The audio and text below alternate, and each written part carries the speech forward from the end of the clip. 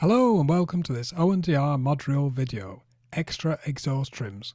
This is video K003 in our series of Ford Kuga videos, and this video we're going to show you the easiest and best modification for your standard Ford Kuga to take these teeny tiny standard trims which are basically in the back of the bumper, and just by simply fitting some over trims bring the exhaust flush to the back bumper, slightly larger diameter to fill the bumper hole there.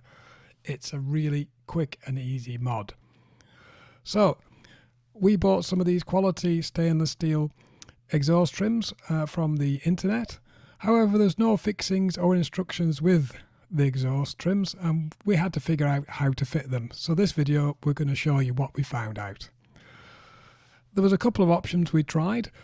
The tools you're going to need to replicate that are either a pair of 8mm spanners and 2 M5 bolts and lock nuts, ideally stainless steel, or a riveting tool and some aluminium rivets, either 4 or 5mm in diameter.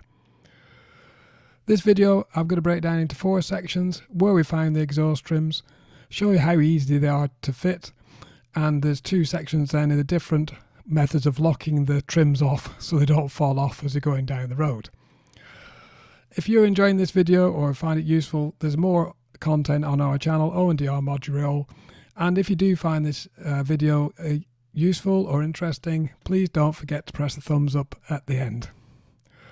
Okay, so where do we find them? On the internet, of course. In this particular case, eBay. There's a seller on there called mycar_club_TRS, based in China, of course, selling a variety of exhaust trims and other parts. The particular ones I chose were a very reasonable £33.59 each, delivered for a pair of exhaust trims. I thought it was extremely good value. When I looked a bit deeper, there's actually 4 different styles they offer for the Ford Kuga in 2 different finishes, either the plain stainless steel or the blue flame edged or heat treated edged look.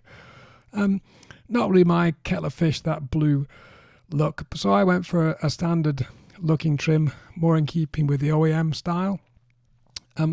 What you do need to be conscious of if you're buying some of these exhaust trims, they aren't generic trims, they are specific for the Ford Kuga, hence how easy they are to fit.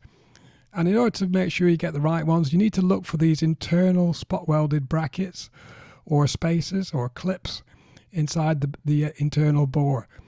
Those are things that really do the business. Okay, so really how easy are they to fit? Well, extremely easy, but before we get onto that, I would advise you to clean your existing exhaust trim, because once these are fitted, you're not going to be able to clean them, and it internally will look a bit dirty. So I took a bit of time to clean the old one. This is how easy they are to fit. They literally push on. It's literally that easy. I did think at the time that was how they were supposed to be fitted, with those little clips showing. However, the exhaust was sticking out about 30mm proud of the back bumper. Looked a bit naff, to be honest. After a bit more investigation, I noticed the 2 holes seemed to be lining up. So I thought, we'll give it another bit of more of a push, and then the holes seemed to line up perfectly, and the outer exhaust trim actually mated to the bottom of the existing exhaust trim, and the clips disappeared and seemed to retain the over exhaust trim really well. And it was completely flush with the back bumper, and it looked the real business. It looked proper. It looked like it'd been made to measure, which it had. As I say, the holes in the original and the extra exhaust trim actually line up. So I'm thinking to myself, well, I can probably fix through this hole without any drilling. How convenient is that? So 2 different methods then. I can show you here. One was with the bolt, which is a bit nasty looking really, because you can see the nut or the bolt head, whichever way you're going to have on the outer skin, or a rivet, and this is a little bit more refined. So the rivet head, you can just see inside there if you look closely, but the rivet on the outer is very flush, and you can't see it unless you look directly from underneath the trim. There you go, there's two fixing methods for you.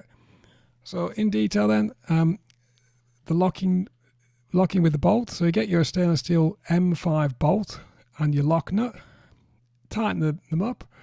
I say the nut is a bit nasty at the bottom there. It's a big lump. You can see it from every angle. Really don't like it. So I went for the locking with rivets. Again, 4 or 5mm aluminium rivet. Poked through the two holes, pulled the rivet, and the rivet edge, the rivet isn't actually locked into the original trim, but it does foul on it. So the outer exhaust trim won't vibrate out. It's caught by that rivet.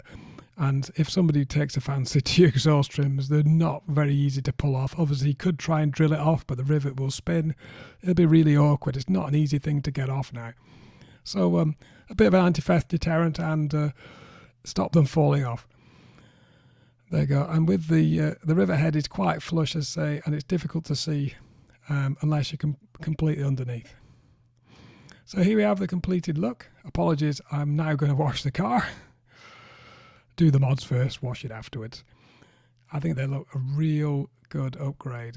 Makes quite a difference to the vehicle, in my opinion. A little bit larger and fills out the hole, and it's flush with the back bumper. I was always very disappointed with the OEM ones, and it really looks the business now. There you go. If you're interested in this sort of video, I'll say this is the before and after. The next video we're going to take a look at if you want to fit an EGR valve, a quick video on if you want to do that on the Peugeot TDCi engine.